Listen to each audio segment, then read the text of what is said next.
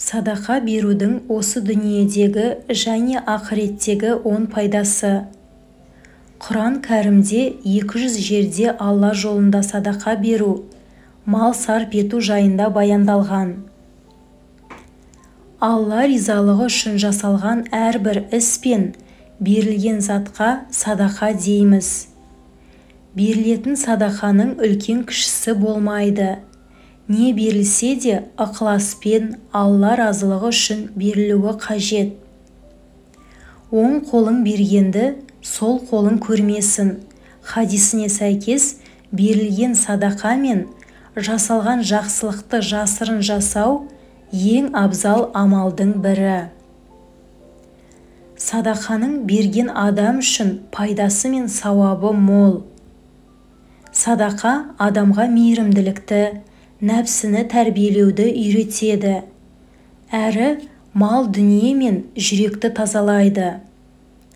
Ал ақыретте сауапты амал жасау мүмкін болмаған сәтте берген садақасының сауабы жұмаққа жетелейтін болады. Өзгеге қол үшін беру мен садақа берудің ең маңыздысы өзі мұқтаж бола тұра барын бөліп беруі болмақ. Кім адал жолмен тапқан табысынан бір құрмадай садақа берсе, Алла ол садақасын қабыл етеді. Содан кейін оны таудай болғанша, яғни сендерден біреуіңіз тайын өсіргендей есіне барынша үлкейеді, дейді. Жасаған жақсылығыңыз садақа болуы үшін діни тұрғыдан 3 ерекшелікке ие болуы керек. Мұқтаж жанға беру, Алла разылығы үшін берілуі және берілген садақа өз мүлкінен адал табысынан болуы тиіс делінген. Садақа берудің осы дүниедегі 5 пайдасы.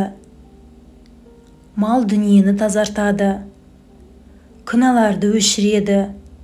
Су отты сөндіргендей, садақа да күнәларды өшіреді. Садақа тәкаппарлықты жояды, делінген. Ауру мен апаттан сақтайды. Науқастарыңды садақамен емдеңдер. Садақа әрбір ауруды және бәлекетті қайтарады, делінген. Садақа беруде асығыңыздар, өйткені апат садақадан оза алмайды. Мұқтаж жанды қуантады, ризықты арттырып, табысқа берекесін береді. Садақаның ақыреттегі 5 пайдасы. Қияметтің үрейінен сақтап, көлеңке болады. Садақа қабір азабынан сақтайды.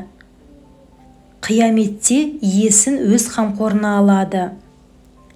Тозақтан құтқарады. Жарты құрма болса да садақа беріп, тозақтан сақтаныңдар, делінген. Таразыда сауабы басым болады. Сырат көпірінен өтуі оңай болмақ және дүниесінің есебін беруде жеңіл болмақ, делінген. Садақа беруде шамаға қарап амал еткен жөн. Әбу Бәкірдің қызы Әсма, «Ей Алланың елшісі, жұбайым Зүбайырдың берген махрінен басқа затым жоқ. Садақа берейін бе?» деп сұрайды. Сонда пайғамбарымыз, «Шамаңа қарап садақа бер, дорбаның аузын бума, Алла да сенің ризығыңды буады», дейді.